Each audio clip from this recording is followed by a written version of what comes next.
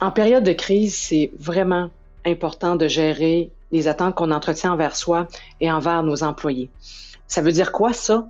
Ça veut dire que comme gestionnaire, vous devez vous assurer de faire les bonnes choses et non d'être bon dans tout ce que vous faites. Et qu'est-ce que ça veut dire concrètement? Ça veut dire de vous assurer d'être en cohérence avec vos valeurs, ce qui est important pour vous, vos talents et aussi euh, en cohérence avec vos limites, dans le respect de vos limites. Et c'est la même chose pour vos employés. Vous devez vous assurer qu'ils font les bonnes choses, bien les guider à ce niveau-là, mais il ne faut pas s'attendre à ce qu'ils fassent tout de façon impeccable et parfaite. En résumé, en période de crise, il faut s'assurer de faire des bonnes choses avec son cœur, tout en tenant compte de nos limites et d'accepter que ça va être imparfait et que c'est correct comme ça.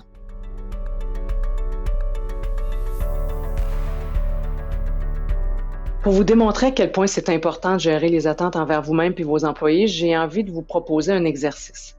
Je vais vous demander de croiser vos mains comme ceci. Et là, je vais juste vous demander de déplacer vos doigts de cette façon-là. Comment vous vous sentez? Probablement que vous êtes inconfortable, il y a quelque chose de pas naturel dans ce déplacement de vos doigts. C'est normal. Là, c'est vos cellules sensorielles qui perçoivent un changement. Et là, si vous laissez vos mains comme ça, dans quelques secondes, minutes, vos cellules sensorielles vont s'être adaptées à ce changement-là. Imaginez, si vos cellules sensorielles ont besoin d'un temps pour s'adapter à un changement, imaginez-vous comme être humain en situation de crise, devant l'inconnu, devant une situation jamais rencontrée, à quel point, humainement parlant, on a besoin d'un temps d'adaptation. Alors, quand on est en situation de crise, il faut se laisser cette chance-là à nous. Il faut laisser cette chance-là également à nos gens qui font partie de notre équipe pour être capables, ensemble, un pas à la fois, de surmonter la situation difficile qu'on est en train de traverser.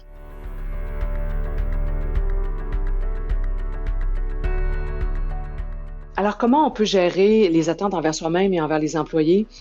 Je vais vous inviter à penser à une situation concrète, une demande qu'on vous a peut-être fait récemment qui était difficile à rencontrer ou peut-être même, selon votre perception, impossible à réussir. Donc, ayez en tête cet exemple-là, puis je vais vous guider pour que vous arriviez à vous poser 3 questions très, très importantes. La première, c'est si j'accepte de répondre à cette demande ou d'essayer de répondre à cette demande-là, est-ce que je suis en cohérence avec mes valeurs?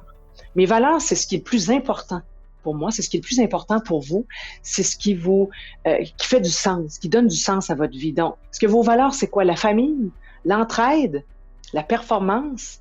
C'est important d'avoir à l'idée bien claire vos valeurs et de rester en cohérence avec celles-ci dans votre fonctionnement au quotidien.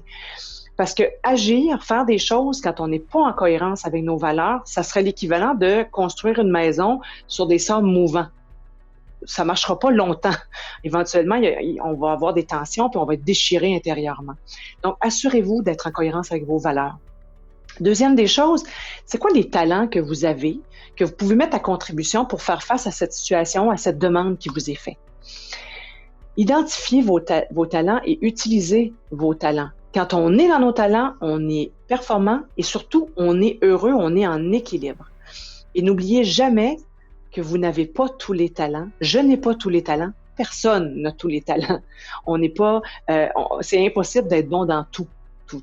Alors, on identifie nos principaux talents et on les utilise pour mener à bien ce qu'on attend de nous, puis les mandats, les objectifs qu'on vise à atteindre.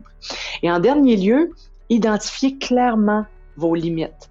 On en a tous des limites et respectez vos limites. Et ça veut dire quoi? Ça veut dire être capable de demander de l'aide, ça veut dire être capable de dire non et d'accepter que c'est correct comme ça. Donc, en conclusion, cet exercice que je vous propose à faire pour vous, identifier vos valeurs, connaître et utiliser vos talents, respecter vos limites, aider vos employés à avoir également cette réflexion-là afin que, et vous, et eux, soyez en cohérence avec qui vous êtes vraiment. Et vous, comme gestionnaire, quand vous connaîtrez bien vos employés, vous serez mieux à même de bien les accompagner dans cette situation de crise.